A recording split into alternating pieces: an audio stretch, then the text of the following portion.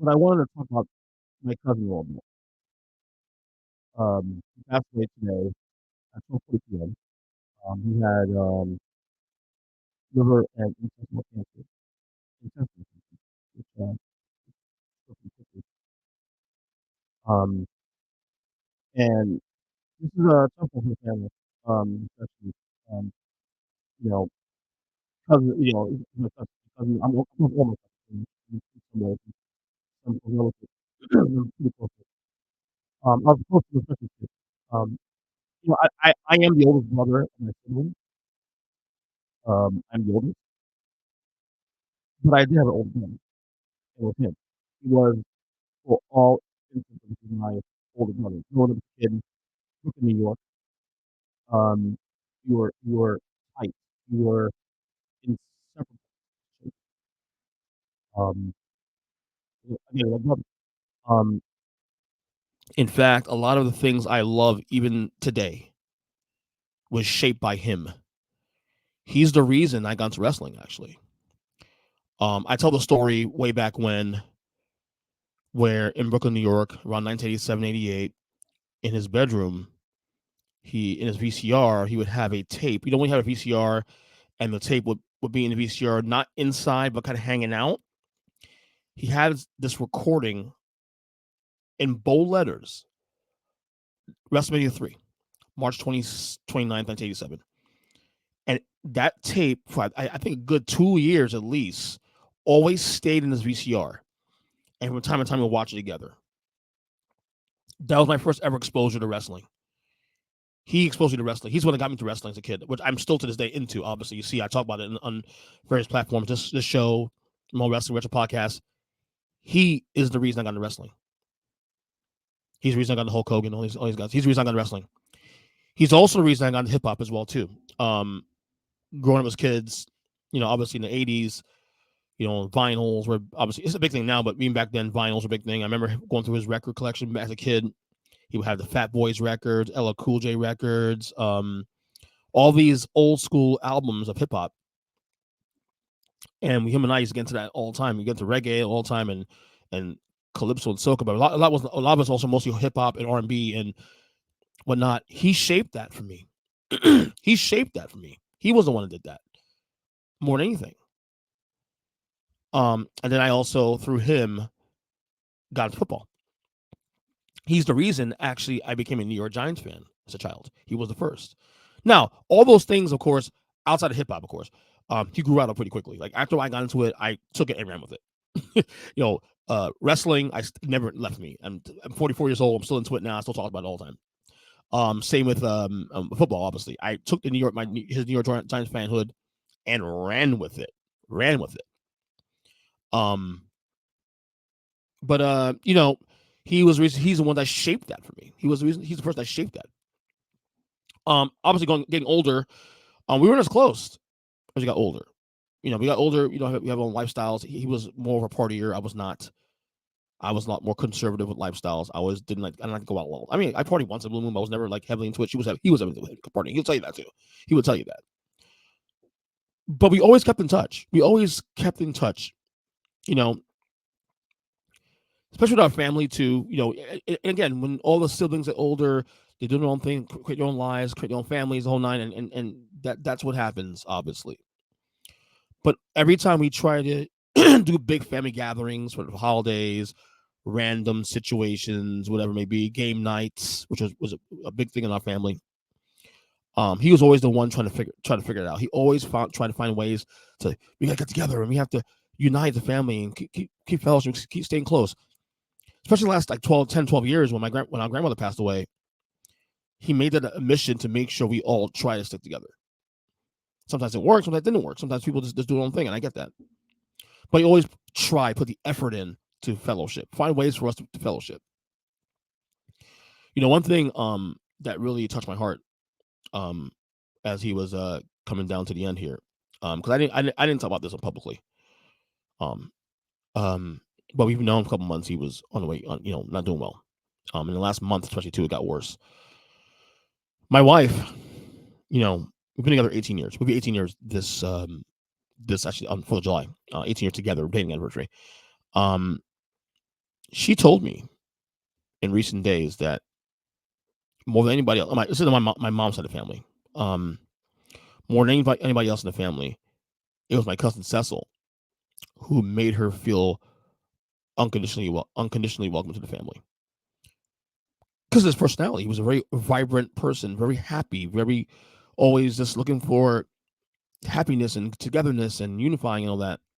She said that he was the one that she felt he made her feel more welcome in the family than anyone. Not saying no one else did, for the record, I'm not say that, but he was the one that when I was away, always included her in things, whatnot. My family's listen, my family's mom side, dad side, it's very strong personalities there. Um, and it depends who you are. It may be hard to fit in. I get all that. It may be hard to fit in, but he was good about that. He was always good about making people feel included in things. My wife's always has told me that recent days that he was the one. No, actually, to be honest, she's somewhat told me recent days, but she actually told me that years ago too. Also, that she always loved him because he was always the one that she felt like was she felt comfortable around him because he was always easy to talk to because that's his personality. You know. She took the passing hard. We went down there on Friday. We last saw him Friday. When things were starting to get really bad the last week. My mother had told me on Wednesday night that you may want to come down here because Wednesday night she calls me and says you want to get down here as soon as possible because he may not make it through the night. He may pass in 24 hours the way things are going. So Wednesday night / Thursday morning about 2 a.m., 1 a.m., 2 a.m., whatever, I drove down to Miami, which is about an hour away from my house, to the hospital, University of Miami Hospital, which is an hour away from my house, by myself in the middle of the night, which was tough for me because I was shaking and a bit emotional that night. I wasn't sure I could even drive down there. But I didn't wake my kids and take them with me because I know they were sleeping or not. But I managed to calm down. My wife calmed me down. I managed to go down there at 1 a.m. in the morning, drove to Miami at 1 a.m. Music, obviously, listening to music also helped me out too, also calm me down on the drive there. Able to talk to him, not talk to him, but see him and just tell him how much I loved him and, that stay strong and you can go. Make sure I'm not want you in pain, obviously, all those things. And we're there for a couple hours. I ended up leaving there about 4:45. Got home about 6 a.m. With no really no sleep, and it was a rough drive home. He ended up actually getting discharged from the hospital because look, we thought he was going to die in the hospital in hospice, but he ended up actually getting discharged from the hospital the very next day.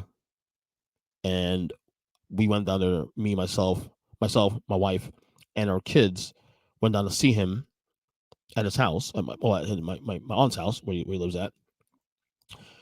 And Friday night we went down to see him to pretty much final goodbyes. It was fine. It was fine because I've had a hard time processing all this too with him because we weren't as close in recent years, but not because of anything. It's more so the life again, different lifestyles. We live our own lives. It happens, but we always kept in touch. Obviously, text and phone calls here and there, and hey, we love you. Anyway, every time I saw him, we always greet each other and give each other hugs and kisses and all that.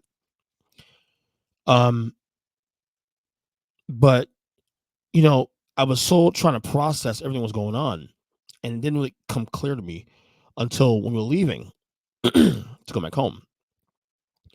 And I told my kids, to say their final goodbyes so we can leave. And by the way, I warned my kids before because they had wanted to go see him um, before he leaves, before he passes.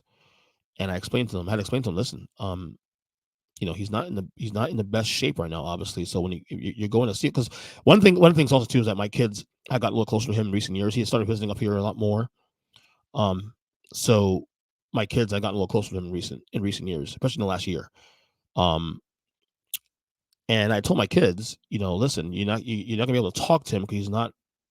I mean, he can hear you, but he's not alert. Like he's not gonna be able to respond to you because he's in hospice. He's comfortable, and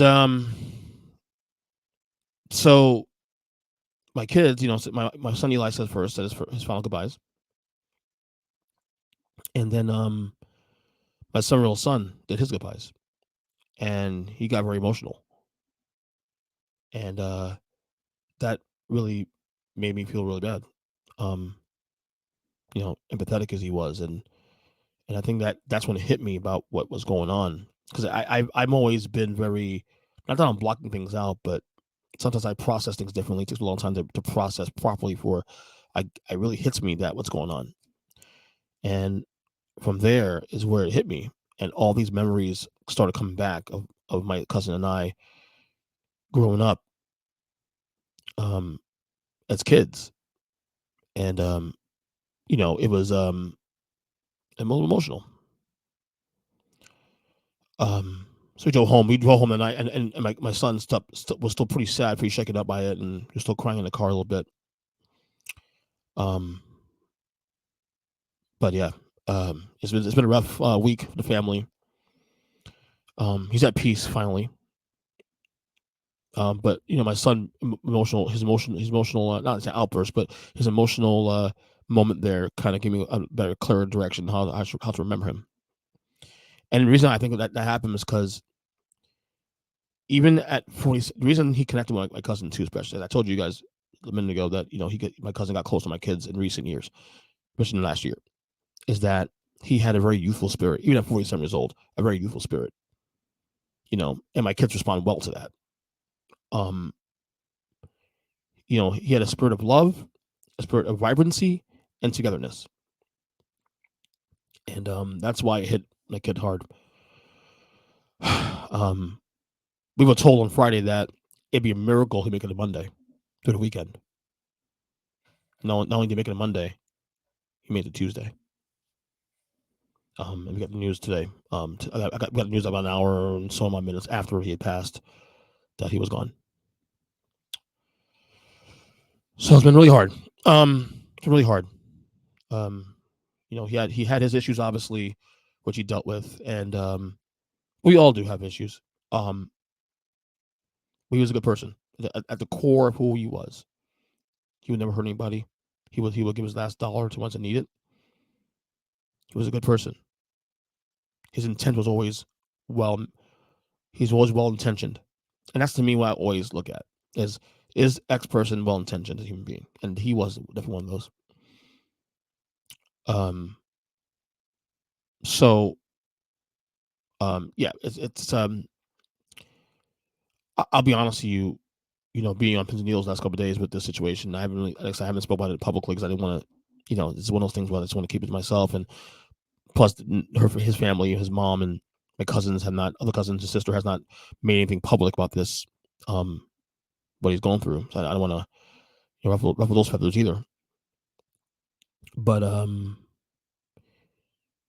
gonna miss him. I'm gonna miss him. I miss the big hugs and just the fellowship and talk about politics and talk about our childhood and you know football once in a while. He actually was getting back to football recently too. Also, the last Giants playoff win 2 years ago, we were watching it together. Actually, it was me, him, my brother, and it was a fun time. It's a fun time. Rest in peace, Seth, man. I miss you. I really miss you. I really do. Like, it's hitting me now, especially what we're leaving back behind. You know, so he's not in pain anymore. That's why I look at it. What do we believe in? It's in God's hands now. um, but yeah, we're gonna miss you, man. We're gonna miss you. We love you. Thank you for your presence. Thank you for being there for the family, and thank you for your youthful spirit. You know, so that's all I got to say about that. So rest in peace, Cecil. We love you, miss you.